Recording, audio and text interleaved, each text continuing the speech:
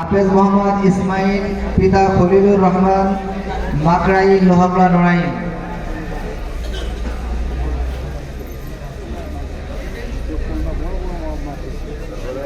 হাফেজ মোহাম্মদ আব্দুল্লাহ শেখ পিতা ইজাজুল শেখ নোয়াপাড়া লোহাগড়া নড়াইল।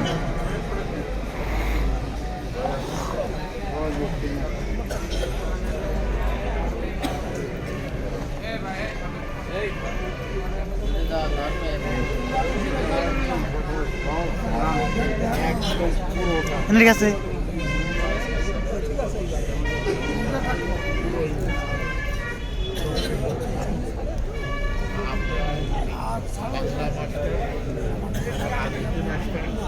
আমাদের ছাত্ররা 13 জন ছাত্র আমাদের থেকে পাগড়ি গ্রহণ করেছে।